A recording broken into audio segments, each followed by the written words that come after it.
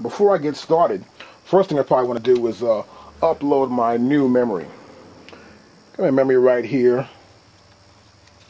As you can see, this is the EXM-E3 from AKAI. It's the expansion memory that we need to have. Okay, I'm going to make sure my power source is out. Next, I'll turn it over.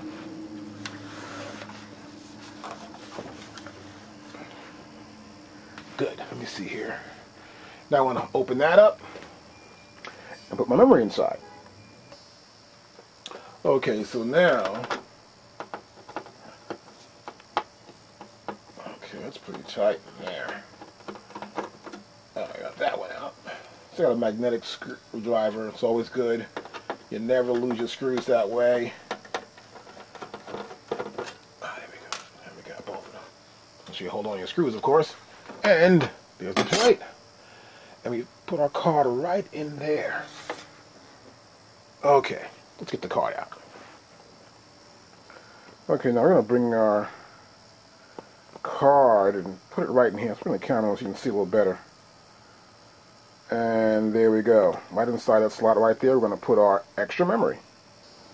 Yep, so let's pull this out of here. And that's the box. It comes wrapped up in here like this. Let's see what we can do here. Ah, here we go. And unwrap it. It's inside a little bag like this. And there's extra memory. Like that, huh? Okay, now I gotta take this bad boy and slip it right in here. That's pretty simple. That fits in pretty tight, right there on top of that. Now it's important for you to see this. This is how the card looks. Note that.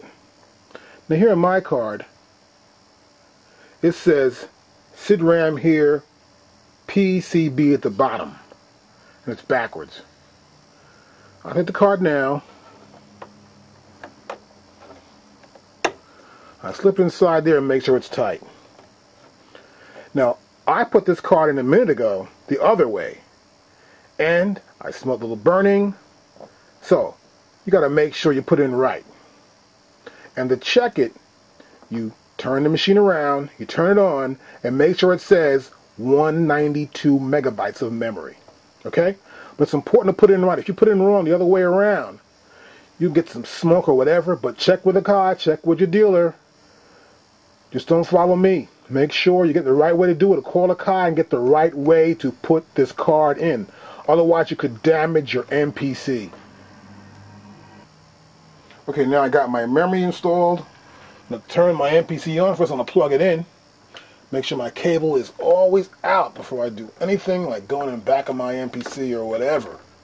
We don't want to have any problems. Now we turn it on.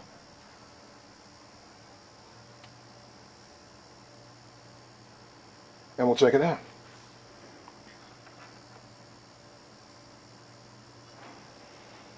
There we go. We got 192 megabytes of memory.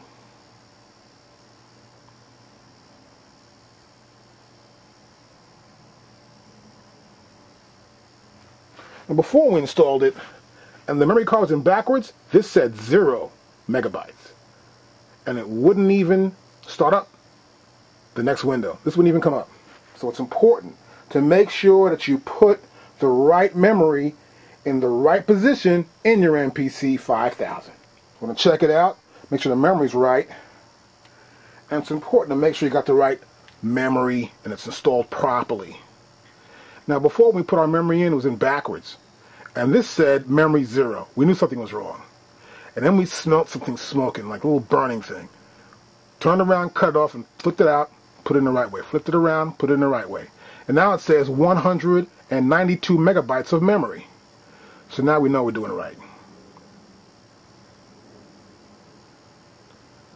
Okay, we're loading up there.